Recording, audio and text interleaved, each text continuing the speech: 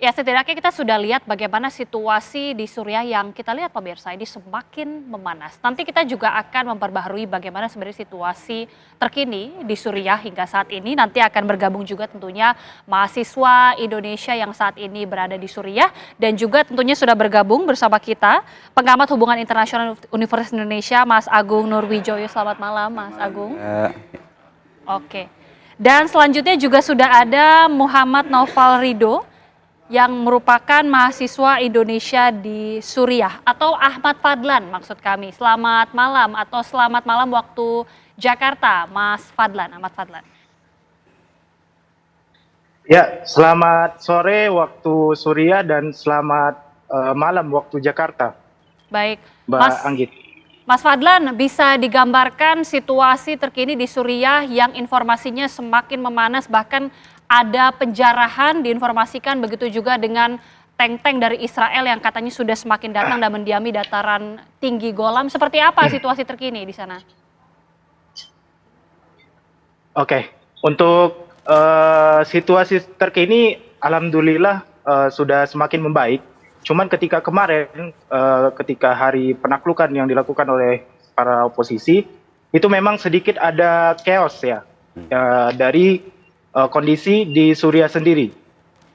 Ada ketakutan dari masyarakat ketika hari itu, akan tetapi setelah penaklukan, alhamdulillah kondisi semakin membaik, kemudian masyarakat kembali beraktivitas seperti normal dan toko-toko mulai buka, transportasi umum mulai kembali berjalan.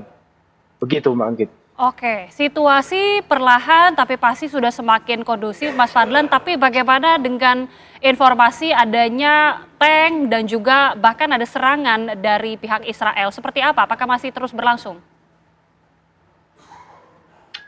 Adapun untuk informasi terkait pihak Israel yang semakin mendekat ke ibu kota, itu belum dapat kami validasi, tapi Israel melakukan serangan-serangan udara terhadap pangkalan-pangkalan militer yang ada di Suriah khususnya. Seperti tadi malam ada serangan yang dilakukan di kota Damaskus sendiri, itu menargetkan pangkalan militer yang ada di Suriah. Begitu Mbak. Oke, apakah Adapun hanya untuk tank dan tentara-tentara yang tentara-tentara Israel yang menuju ke Suriah itu kami masih belum mendapat informasi yang valid terkait hal tersebut. Apakah hanya di pangkalan militer saja, Mas Fadlan, atau ada area-area lain yang juga mendapatkan serangan dari Israel? Untuk sejauh ini yang kami dapatkan informasi terkini bahwa yang menjadi target dari Israel adalah pangkalan militer Suriah saja. Adapun untuk daerah-daerah masyarakat sipil, kami belum mendapatkan informasi adanya korban sipil yang disebabkan oleh serangan ini. Oke. Mas Fadlan, ada informasi juga terkait dengan pelepasan tawanan di penjara. Ini bisa dikonfirmasi Mas sebenarnya seperti apa benarannya? Oke, untuk terkait tawanan memang banyak berita-berita yang beredar bahwa oposisi berhasil melepaskan tawan-tawanan yang ditahan ketika zaman Presiden Bashar al-Assad. Adapun untuk konfirmasi terhadap informasi ini, kami masih belum mendapat sumber yang langsung dari masyarakat yang terkait terhadap tawanan-tawanan yang bebas ini. Tapi ada informasi yang mengatakan bahwa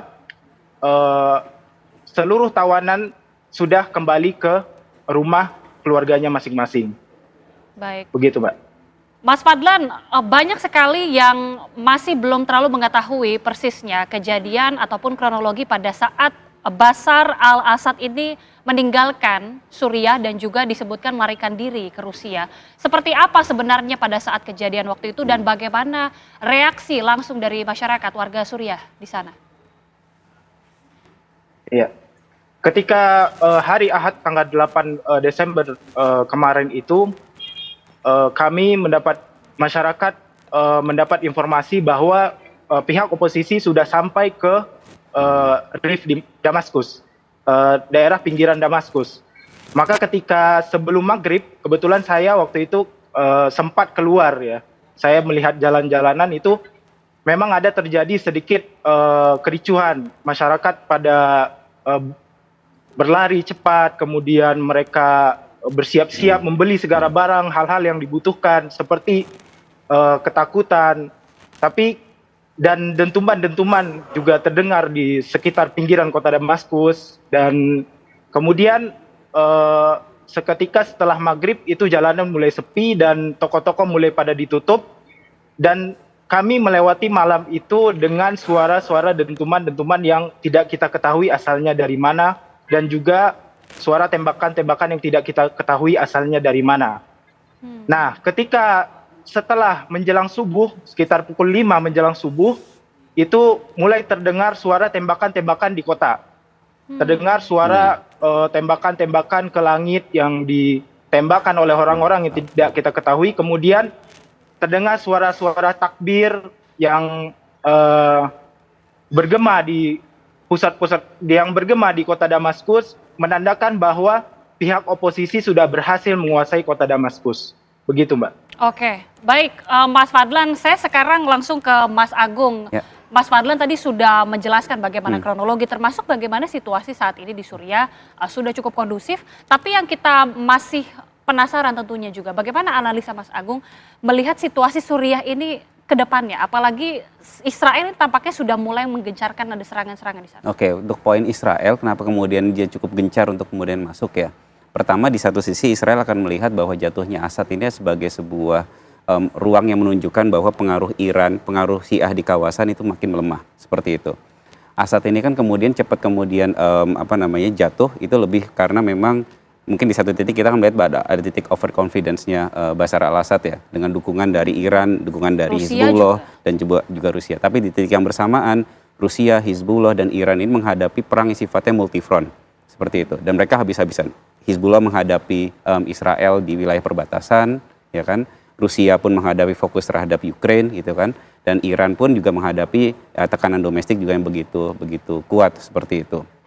Nah, Israel di satu titik dia akan melihat bahwa ada fenomena bahwa pengaruh Iran di kawasan, pengaruh Syiah di kawasan itu melemah. Dengan tandanya adalah jatuhnya Bashar al-Assad.